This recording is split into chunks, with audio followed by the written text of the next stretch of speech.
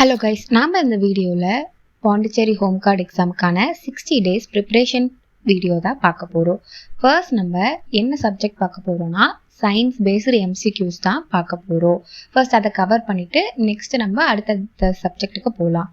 First question என்ன கொடுத்துருக்காங்க நீங்கள் பார்த்தீங்கன்னா, a luggage is usually tied with a rope on the roof of the bus due to. பேருந்தின் கூரையில் உள்ள பலுவானது பொதுவாகவே கயிறால் கட்டப்படுவது. இதன் காரணமாக இதுக்கு ஆன்சர் நீங்க பாத்தீங்கன்னா option B, inertia of motion தான் கரெக்ட் ஆன்சர். இயக்கத்தின் மந்த நிலை தான் கரெக்ட் ஆன்சர். அதனாலதான் என்ன பண்றாங்க, ஒரு லக்கேஜை பஸ்ஸோட ரூஃப் டாப்ல இருக்குதுன்னா ரோப்பை வச்சு டைப் பண்றாங்க. இப்ப பஸ் மூவ் ஆயிட்டு இருக்குதுன்னு நீங்க வச்சுக்கோங்க, அதுக்கு மேல இருக்க லக்கேஜும் அதே இனர்ஷியா ஆஃப் மோஷன்ல மூவ் ஆயிட்டே இருக்கும். சடனா ஒரு பிரேக் போட்டு பஸ் ஸ்டாப் ஆகுதுன்னு வச்சுக்கோங்க, பட் அந்த லக்கேஜ் ஸ்டில் இந்த டைரக்ஷன் ஆஃப் மோஷன் இருக்கிறதுனால லக்கேஜ் ஃபார்வர்டா ஃபால் ஆகலாம். அதனாலதான் என்ன பண்றாங்க, லக்கேஜை ரோப்பை போட்டு டைப் பண்றாங்க. So luggage is usually tied with a rope on the roof of the bus due to என்னன்னு பாத்தீங்கன்னா இனர்ஷியா ஆஃப் மோஷன், இயக்கத்தின் மந்த நிலை தான் சரியான ஆன்சர். ஓகேவா? Moving on to the second question, plotting a graph for momentum on the x-axis and time on y-axis. Slope of momentum time graph gives. உந்தம் மற்றும் நேரம் இவற்றை x மற்றும் y அச்சில் குறித்தால் உந்த நேர சரிவு வரைபடம் எதை தரும்னு கேட்குறாங்க. இதுக்கு ஆன்சர் பார்த்தீங்கன்னா ஆப்ஷன் டி, ஃபோர்ஸ் தான் கரெக்ட் ஆன்சர். ஸோ என்ன சொல்லியிருக்காங்கன்னா, மொமெண்டமை எக்ஸ் ஆக்சிஸ்லையும் டைமை ஒய் ஆக்சிஸ்லையும் நமக்கு வச்சோம்னா நமக்கு என்ன கிடைக்கும்னு பார்த்தீங்கன்னா ஃபோர்ஸ், விசை தான் கிடைக்கும். Moving on to the third question என்ன கொடுத்துருக்காங்கன்னு பார்த்தீங்கன்னா, Newton third law is applicable to. நியூட்டனின் மூன்றாம் விதி எதற்கு பொருந்தும் அப்படின்ட்டு கேட்குறாங்க. இதுக்கு ஆன்சர் பார்த்தீங்கன்னா option D, both A and B. So for body at ரெஸ்ட்டுக்கும் பொருந்தும், ஃபார் பாடியின் மோஷனுக்கும் பொருந்தும். ஸோ ஒரு ஓய்வுள்ள பொருளுக்கும் சரி, இயக்கத்தில் உள்ள பொருளுக்கும் சரி நியூட்டனோட மூணாவது விதி பொருந்தும். அதனால இதுக்கு ஆன்சர் ஆப்ஷன் டி, ஏ மற்றும் பி இரண்டுமே சரியான answer. So Newton third law என்ன சொல்லுதுன்னா, for every action there will be equal and opposite reaction. ஓகேவா? இப்போ நம்ம ஃபோர்த் கொஸ்டின் பார்க்கலாம். என்ன கொடுத்துருக்காங்கன்னு பார்த்தீங்கன்னா, to project the rockets which of the following principles required. ராக்கெட்டை ஏவுதலில் கீழ்கண்ட எந்த தத்துவம் தேவைப்படும் அப்படின்ட்டு கேட்குறாங்க. இதுக்கு ஆன்சர் பார்த்தீங்கன்னா நியூட்டன்ஸ் தேர்ட் லா ஆஃப் மோஷனும் சரி, law of conservation of linear மொமெண்டமும் சரி, நியூட்டனின் மூன்றாம் இயக்க விதி, நேர்கோட்டு உந்தமார கோட்பாடு, போத் ஏ அண்ட் சி ரெண்டுமே ஒரு ராக்கெட் ப்ரொஜெக்ட் ஆகிறதுக்கு தேவைப்படும். ஓகேவா? நியூட்டனின் மூன்றாம் இயக்க விதி, அப்புறம் நேர்கோட்டு உந்தமார கோட்பாடு. இப்போ நெக்ஸ்ட் கொஸ்டின் பார்க்கலாம். நெக்ஸ்ட் கொஸ்டின் என்ன கொடுத்துருக்காங்கன்னு பார்த்தீங்கன்னா, if VB, VG, VR be the velocity of blue, green and red light respectively in a glass prism, then which of the following statement gives the correct relation? ஒரு கண்ணாடி முப்படகத்தில் நீலம், பச்சை மற்றும் சிவப்பு ஒளியின் திசைவேக முறையே விபி, விஜி, விஆர் என்றால் கீழ்கண்டவற்றில் எச்சமன்பாடு சரியானதுன்ட்டு கேட்குறாங்க. ஸோ இதுக்கு ஆன்சர் பார்த்தீங்கன்னா option C, VB less than VG less than VR தான் correct answer.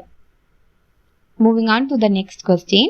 The image formed by a concave mirror is observed to be virtual, erect and larger than the object. Where should be the position of the object?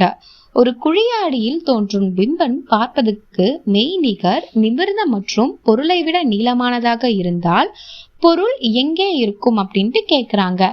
இதுக்கு answer நீங்க பார்த்தீங்கன்னா option D, between the pole of the mirror and its principal focus. கண்ணாடிக்கும் ஆதார புள்ளிக்கும் இடையில் தான் correct answer. Moving on to the seventh question. A spherical mirror and a thin spherical lens have a focal length of -15 cm. The mirror and the lens are likely to be. ஒரு கோள கண்ணாடி மற்றும் ஒரு மெல்லிய கோள lens ஒவ்வொன்றும் குவிய தூரம் -15 சென்டிமீட்டர் கொண்டுள்ளது. கண்ணாடி மற்றும் லென்ஸ் எப்படி இருக்கும் கேட்குறாங்க. இதுக்கு ஆன்சர் பார்த்தீங்கன்னா ஆப்ஷன் ஏ போத் கான்கேவ், இரண்டும் குழியாடி தான் இதுக்கு கரெக்டான ஆன்சர். நெக்ஸ்ட் கொஸ்டின் பார்க்கலாம். The human eye can focus on object at different distance by adjusting the focal length of the eye lens. This is due to மனித கண்ணானது வெவ்வேறு தொலைவில் உள்ள பொருட்களை கண் லென்ஸின் குவிய தூரத்தை சரி செய்வதன் மூலம் பார்க்கிறது. இது எதனால் நடைபெறுகிறதுன்னு கேட்குறாங்க. இதுக்கு ஆன்சர் பார்த்தீங்கன்னா ஆப்ஷன் பி அக்கமடேஷன், விழி ஏற்பமை தான் correct answer.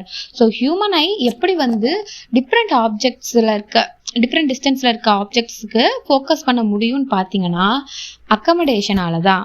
Moving on to the next question. If a substance is heated or cooled, the linear expansion occurs along the axis of.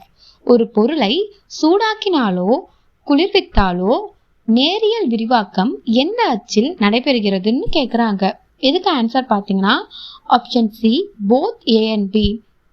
XOR X minus X ஆக்சஸ்லையும் சரி, YR minus Y ஆக்சஸ்லையும் சரி, இந்த ரெண்டுத்துல ஏதோ ஒரு ஆக்சஸில் தான் நடைபெறும். So both A and B தான் இதுக்கு கரெக்டான ஆன்சர். நெக்ஸ்ட் கொஸ்டின் நம்ம பார்க்கலாம். Match the items in the column 1 to the items in column 2. காலம் 1 உள்ளவற்றை காலம் 2 உள்ளவற்றுடன் நம்ம பொருத்த போறோம். ஓகேவா? ஃபர்ஸ்ட் என்ன கொடுத்துருக்காங்க, linear expansion. So linear expansion பார்த்தீங்கன்னா சேஞ்ச் இன் லென்த் தான் லீனியர் எக்ஸ்பான்ஷன். அடுத்தது பார்த்தீங்கன்னா சூப்பர்ஃபிஷியல் எக்ஸ்பான்ஷன். சூப்பர்ஃபிஷியல் எக்ஸ்பான்ஷன் சொன்னாலும் சரி, ஏரியா எக்ஸ்பான்ஷன் சொன்னாலும் சரி, ரெண்டுமே ஒன்றத்தை தான் டினோட் பண்ணுது. ஓகேவா? ஸோ சூப்பர்ஃபிஷியல் எக்ஸ்பான்ஷன் அப்படி பார்த்தீங்கன்னா சேஞ்ச் இன் ஏரியா. அடுத்தது பார்த்தீங்கன்னா கியூபிக்கல் எக்ஸ்பான்ஷன். இது எதனால் நடக்குதுன்னு பார்த்தீங்கன்னா சேஞ்ச் இன் வால்யூம்.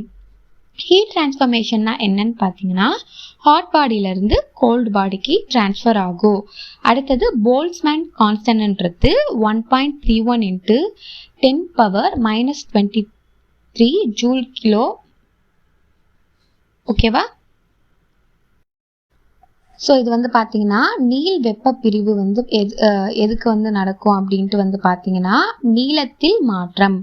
பரப்பு வெப்ப பிரிவு பார்த்தீங்கன்னா பரப்பில் மாற்றம். பரும வெப்ப பிரிவு எதுக்கு? பருமனில் மாற்றம். வெப்ப ஆற்றல் பரவல் என்னது? சூடான பொருளில் இருந்து குளிர்ச்சியான பொருளுக்கு பரவும். போல்ட்ஸ்மேன் மாறிலி என்னன்னு பார்த்தீங்கன்னா 1.31 × 10⁻⁻23 joule inverse of the kilo. Okay, இப்போ நம்ம நெக்ஸ்ட் கொஸ்டின் பார்க்கலாம். An electric bulb is rated 220 volt and 100 watts. When it is operated on 110 volt, the power consumed will be அப்படின்ட்டு கேட்குறாங்க. ஒரு மின்விளக்கு 220 வோல்ட் மற்றும் 100 வாட் என மதிப்பிட்டுள்ள படம். அது 110 வோல்ட்டில் செயல்படும் போது அதன் மின் நுகர்வானது எவ்வளவுன்னு கேட்குறாங்க. இதுக்கு நமக்கு என்ன தெரிஞ்சிருக்கணும்? பவரையும் வோல்ட்டையும் எப்படி கனெக்ட் பண்ணுறதுன்ற ஒரு ஃபார்முலா நமக்கு தெரிஞ்சிருக்கணும். ஸோ பவரும் வோல்ட்டும் கனெக்ட் ஆகிற ஃபார்முலா பார்த்தீங்கன்னா P = V²/R அப்படின்ட்டு சொல்லுவாங்க. ஸோ நமக்கு எவ்வளோ பவர் இங்கே இருக்குன்னு பார்த்தீங்கன்னா 100 பவர் இருக்குது. இங்கே வோல்ட் 220²/R. ஸோ ஃபஸ்ட்டு நம்ம ரெசிஸ்டன்ட் கண்டுபிடிக்கிறதுக்காக ஸோ 220 440 0/100 48400/100. இது கேன்சல் ஆனால் நமக்கு எவ்வளோ ரெசிஸ்டன்ட் கிடைக்கிது? 484 ரெசிஸ்டன்ட். இப்போ நமக்கு 110 வோல்ட்டில் பண்ணும்போது எவ்வளோ பவர் கன்சியூம் ஆகும் அப்படின்ட்டு கேட்குறாங்க. அப்போ நமக்கு R தெரியுன்றதுனால P = V²/R. அப்போ P = V எவ்வளோ? 110 volt. 110 × 110 divided by R 484. So இது நம்ம கேன்சல் பண்ணோம்னா P = 25 அப்படின்ட்டு கிடைக்கும். 25 வாட்ஸ் தான் இதுக்கு கரெக்டான ஆன்சர். இப்போ நெக்ஸ்ட் கொஸ்டின் நம்ம பார்க்கலாம். The essential difference between an AC generator and a DC generator is that AC generator மற்றும் டிசி ஜென்ரேட்டர் இடையேயான முக்கிய வேறுபாடு என்ன அப்படின்ட்டு கேட்குறாங்க.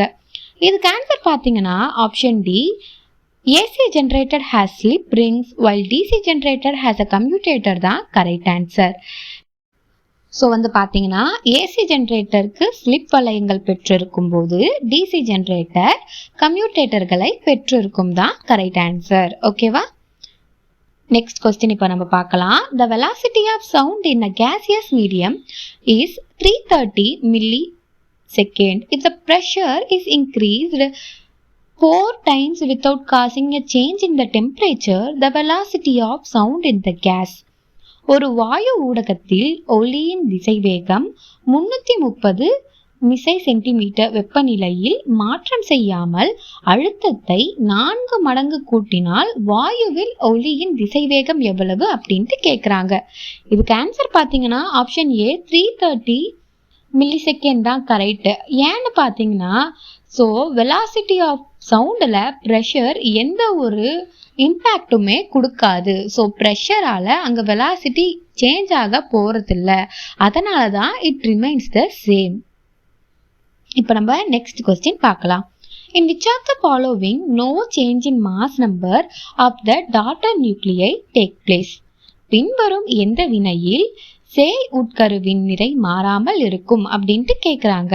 இதுக்கு ஆன்சர் பார்த்தீங்கன்னா option B 2 and 3 are correct. Beta டிகேலையும் சரி ஆல்ஃபா டிகேலையும் சரி there would be a no change in mass number of the daughter nuclei. So 2 and 3 தான் இதுக்கு கரெக்டான ஆன்சர். பீட்டா சிதைவு மற்றும் காமா சிதைவு தான் இதுக்கு கரெக்டான ஆன்சர். ஹோப் இந்த வீடியோ உங்களுக்கு யூஸ்ஃபுல்லாக இருந்திருக்கும்னு நினைக்கிறேன். ஃப்யூச்சர் வீடியோவில் இதே மாதிரி நிறைய கொஸ்டின்ஸ் சால்வ் பண்ணலாம்.